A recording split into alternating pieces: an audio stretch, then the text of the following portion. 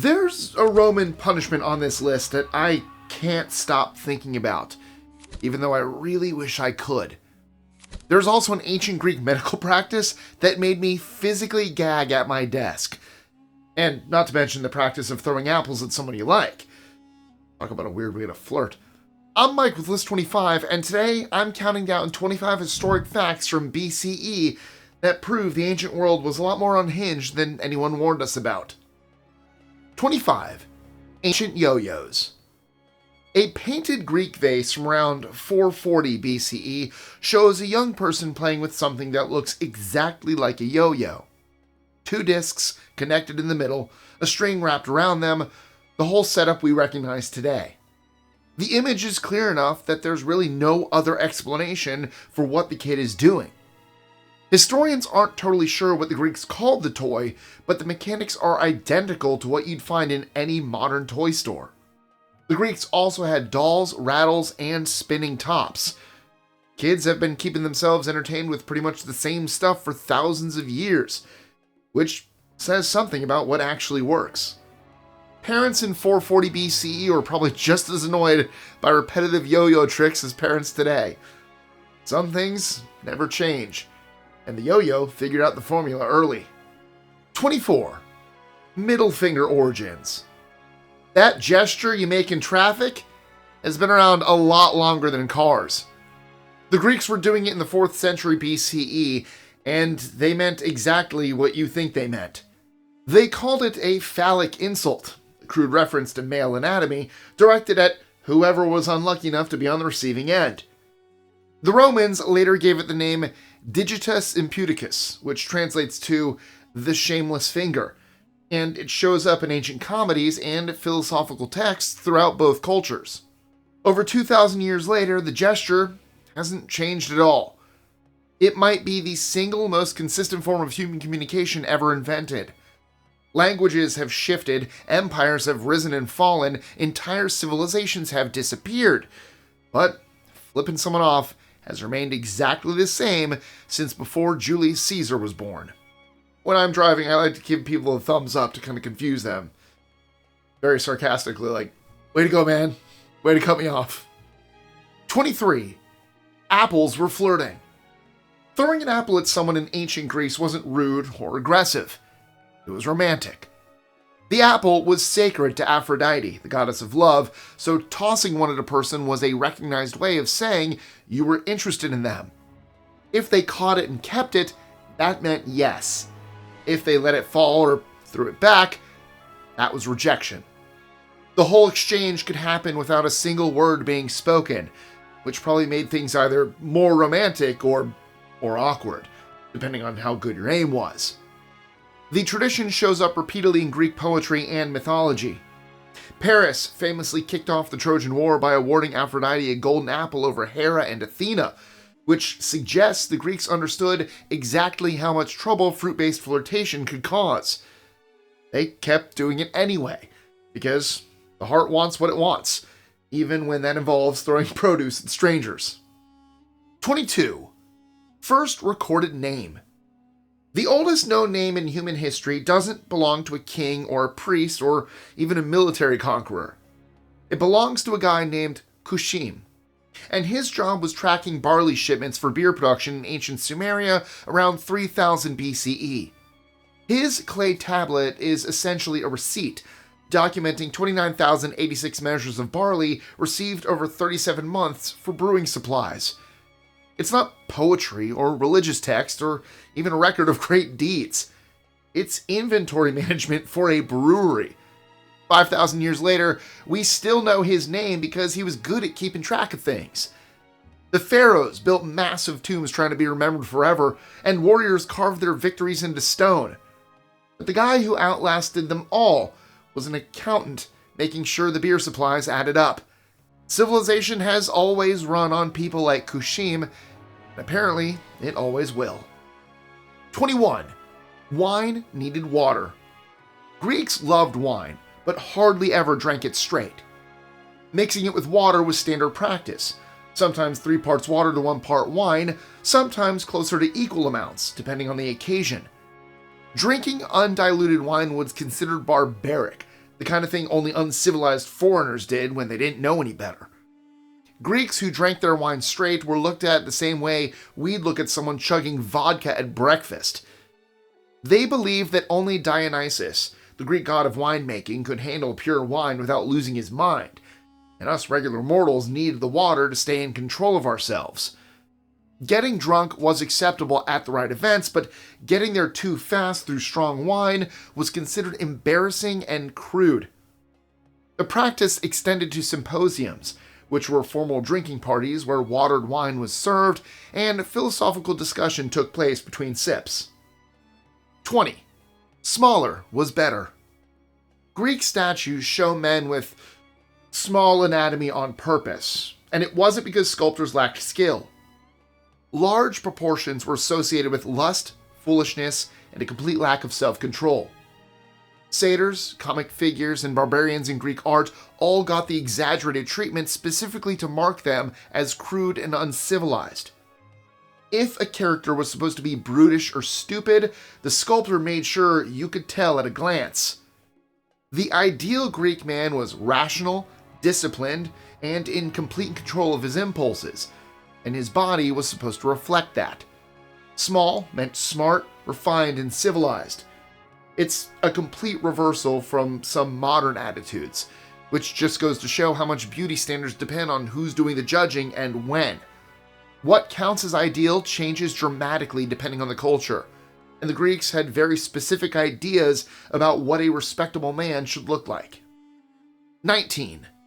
Bread had stamps. Roman bakers were required by law to stamp their loaves with identifying marks, and this was not optional. The government distributed free bread to citizens as part of the grain dole, and they wanted to make sure people were getting what they were promised. If a loaf turned out to be underweight, or bulked up with sawdust or chalk or some other cheap filler, officials could trace it back to the source and punish the baker responsible. The stamps typically included the baker's name or shop symbol, and sometimes the weight of the loaf. Archaeologists found carbonized loaves in Pompeii that still have these stamps on them, preserved by the volcanic ash that buried the city in 79 CE.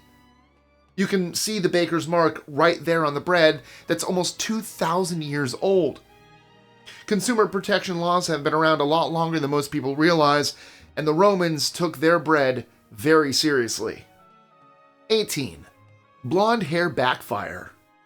Roman authorities wanted a simple way to tell respectable women apart from sex workers, so they passed a law requiring prostitutes to dye their hair blonde or red. The idea made sense on paper. Create a visual distinction, keep the social classes separate, problem solved. However, it fell apart almost immediately because nobody accounted for human nature and the fact that people tend to want what they're told they can't have. Noble Roman women saw the exotic hair colors and decided they looked fantastic. Within a generation, blonde and red hair became fashionable among the upper classes.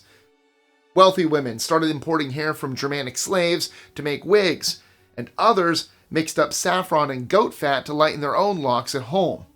The law that was meant to create separation ended up doing exactly the opposite. Eventually, Roman authorities just gave up trying to enforce it. The whole thing backfired spectacularly. 17. Wives stayed independent. In ancient Rome, a woman who lived continuously with her husband for 1 full year came under his complete legal control through a process called usus. Once that happened, she lost her independent legal status, and everything she owned became his property. Roman women figured out a workaround pretty quickly, and they used it for generations. By spending 3 consecutive nights away from the marital home each year, a wife could reset the clock and remain legally independent. The practice was called trinoctium, and women used it strategically throughout their marriages to maintain control over their own property and finances. Some made it an annual tradition, staying with family or friends for those crucial 3 nights. It was a loophole in the system, and Roman women exploited it as long as the law allowed. The men who wrote the rules apparently didn't anticipate women would read the fine print. 16. 3 sales rule. Roman fathers had almost absolute power over their families under early law, including the legal right to sell their own children into slavery. The power was called patria potestas, or paternal power, and it gave the head of household control over everyone beneath his roof. There was a catch buried in the legal code, though. If a father sold the same son 3 times, that son became automatically and permanently free from paternal authority. The law eventually became a loophole for families who wanted to release sons from dependency without waiting for the father to pass away. A father would sell his son to a trusted friend who would immediately free him. They'd repeat this process 3 times in a row, and after the 3rd sale, the son was legally independent. Roman law was full of these strange workarounds where technically following the rules produced the exact opposite of what they were originally designed to do. 15. Mummies before Egypt. Egypt gets all the credit for mummification, but they weren't the first to figure it out. The Chinchorro culture, in what is now Chile and Peru, was preserving their deceased around 5000 BCE, roughly 2000 years before the Egyptians started doing it. The Chinchorro were a fishing community along the coast, and they developed elaborate techniques for keeping their loved ones intact long after passing. Their methods included removing internal organs, reinforcing the body with sticks and reeds, and covering the skin with clay or ash paste.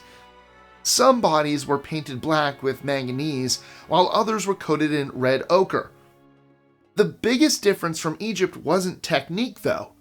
It was access.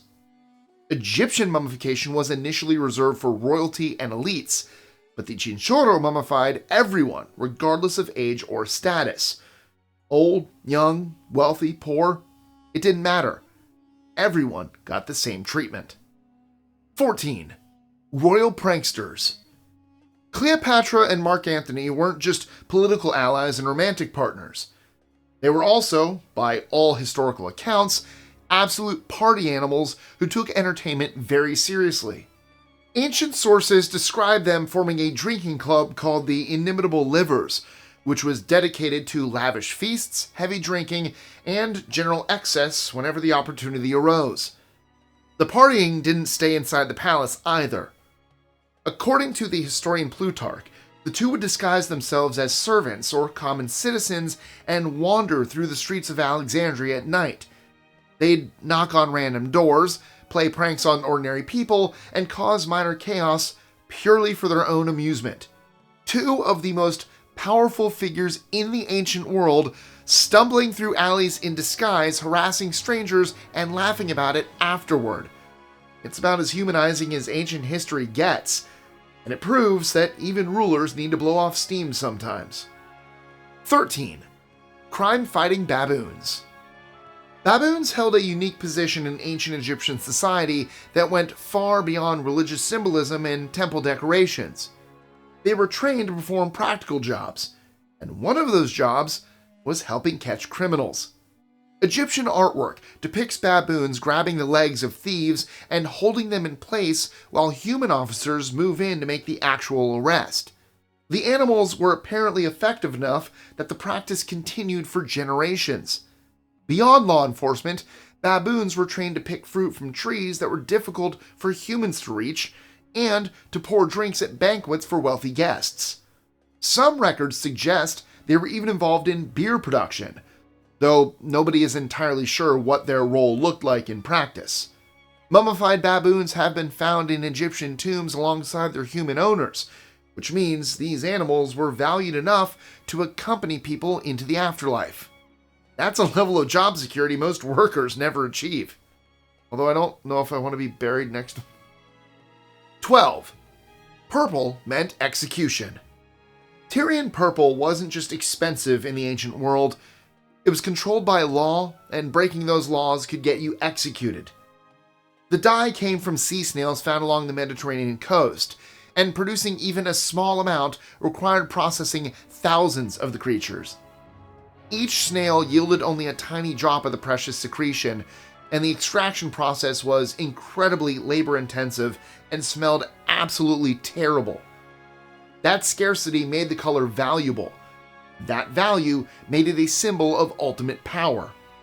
Roman emperors eventually decided that purple belonged to them alone. The laws varied depending on who was in charge at the time, but at their strictest, wearing purple without explicit imperial permission was considered treason against the state. People were put to death for it. Even possessing garments dyed in Tyrian purple could land you in serious legal trouble if the wrong official found out about it. 11. Redheads became vampires. Red hair was uncommon in the ancient Mediterranean, and anything unusual tends to attract superstition and fear. Greeks associated the trait with Thracians and other northern peoples they considered barbaric and uncivilized, which already put redheads at a social disadvantage.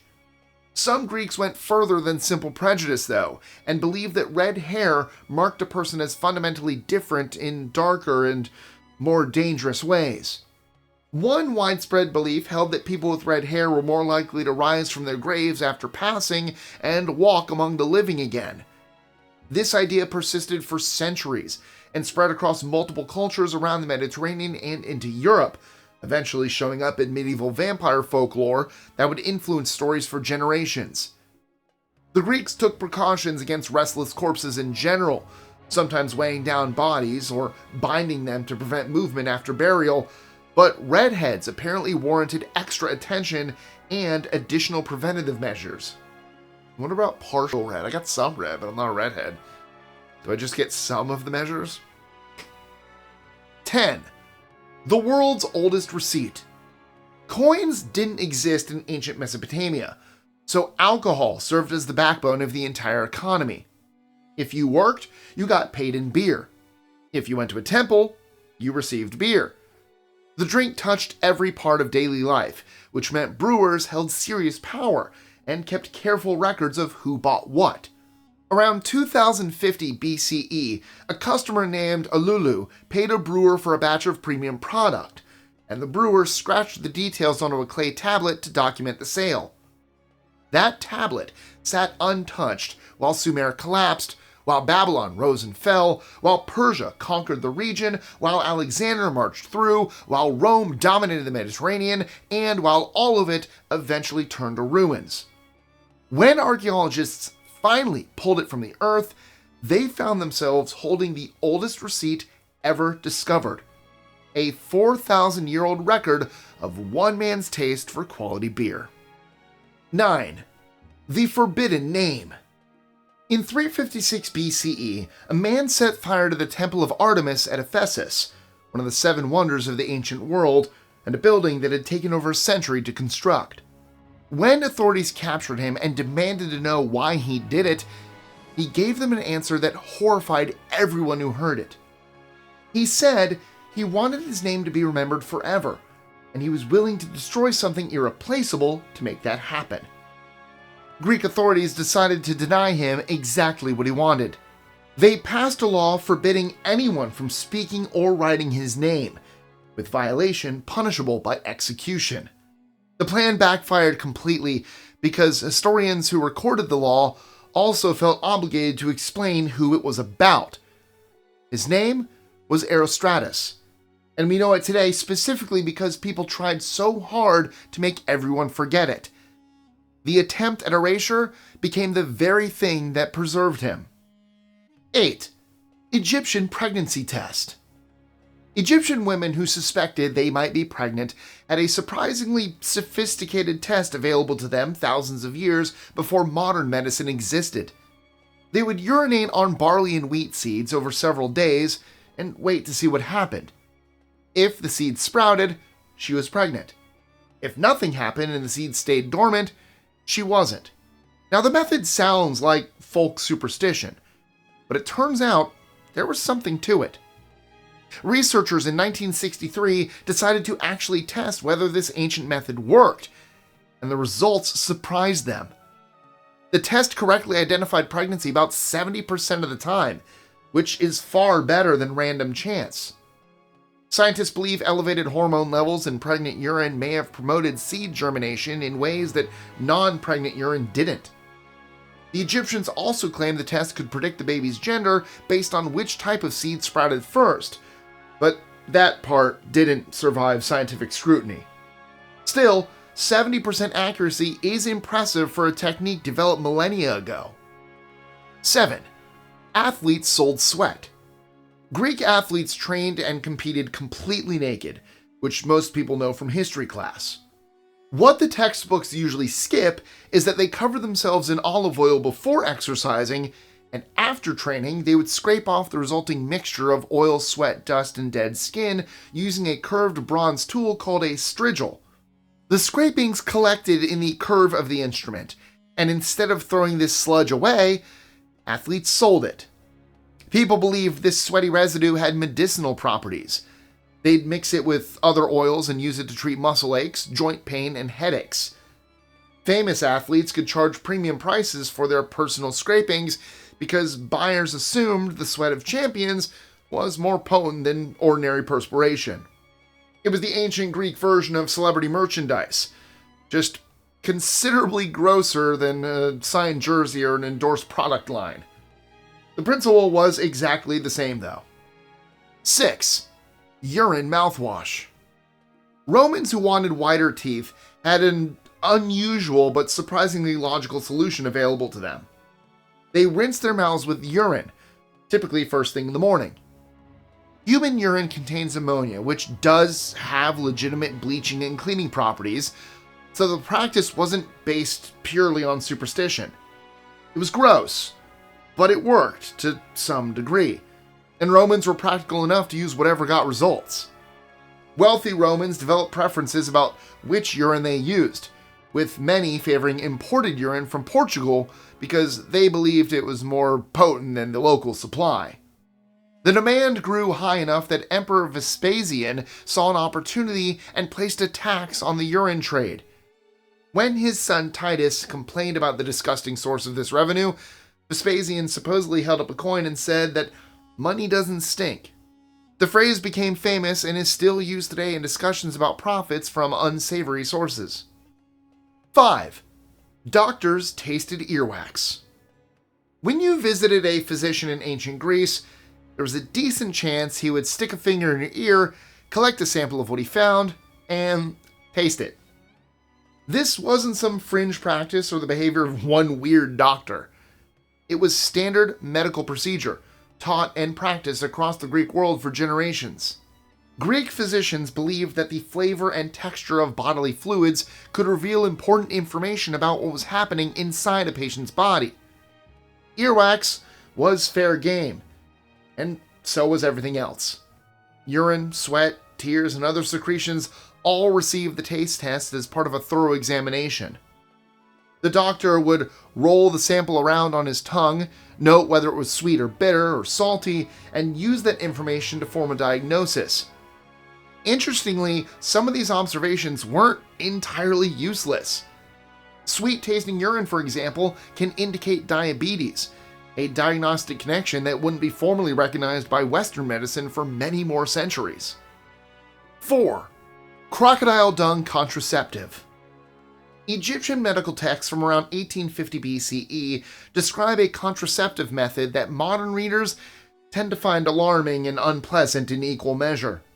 Women would mix crocodile dung with honey and possibly other ingredients, form the mixture into a pessary, and insert it before intercourse. The combination was believed to prevent pregnancy, and the practice was documented in enough sources to suggest it was reasonably common. Whether this method actually worked remains a subject of debate among historians and scientists.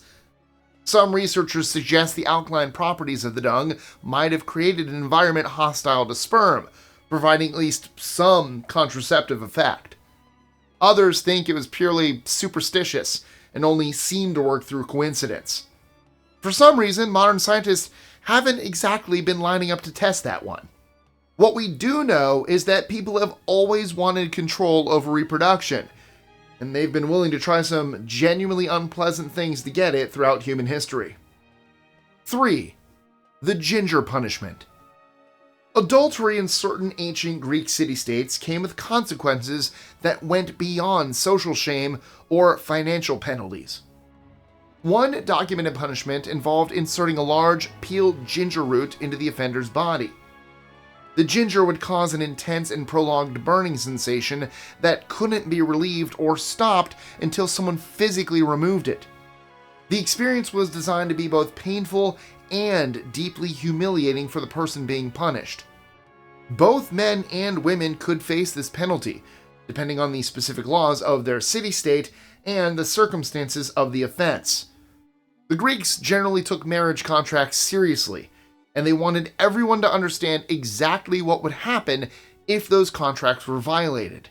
Different regions had different approaches to punishing infidelity, but the ginger method was memorable enough to be recorded and passed down through history. It's the kind of detail that makes you genuinely grateful for the existence of modern divorce attorneys. 2. First victim invented it. Paralaus of Athens was a bronze worker who designed one of the most disturbing execution devices in ancient history. The brazen bull was a hollow bronze statue shaped like a bull, with a door built into the side large enough for a person to be forced through. Once the victim was locked inside, a fire would be lit underneath, and the metal would slowly heat up. The bull was even designed with a complex systems of tubes and stops that would convert the screams of the person inside into sounds resembling a bellowing animal, so spectators wouldn't have to hear the human suffering directly. Paralaus presented his invention to Phalaris, the tyrant of Acragas in Sicily, expecting praise and a generous reward for his ingenuity. Instead, Phalaris was so horrified by both the device and the kind of mind that would create it that he ordered Paralaus to climb inside and demonstrate how it worked. The fire was lit, and the inventor became the very first victim of his own creation. 1. Sewn with animals. The punishment for killing your own parent in ancient Rome was the penalty of the sack, and it was specifically designed to be as horrifying as the crime itself. The convicted person would be stripped, beaten with rods until bloody, and then sewn into a large leather sack. And they wouldn't be alone. A dog, a rooster, a monkey, and a snake would be sewn in with them. Then the entire sack would be thrown into a river or carried out to sea and dumped. The reason for those specific animals has been lost to time. Some historians think the monkey was meant to mock the killer's humanity, and the snake probably had something to do with betrayal. The dog and rooster are harder to explain, but Romans weren't really concerned with making the symbolism clear. They wanted everyone to know that killing your own parent put you so far beyond forgiveness that you didn't deserve to be treated like a person anymore. You didn't even deserve a proper end. Oh, and this practice stuck around for centuries. And that's the ancient world for you. Weirder, grosser, and far more creative with punishment than any of us were prepared for. What's your favorite ancient fact? Let me know in the comments. If you like this one, click here to check out 25 secrets that history books left out. Make sure to like this video, subscribe, and hit that bell so you never miss any of our content.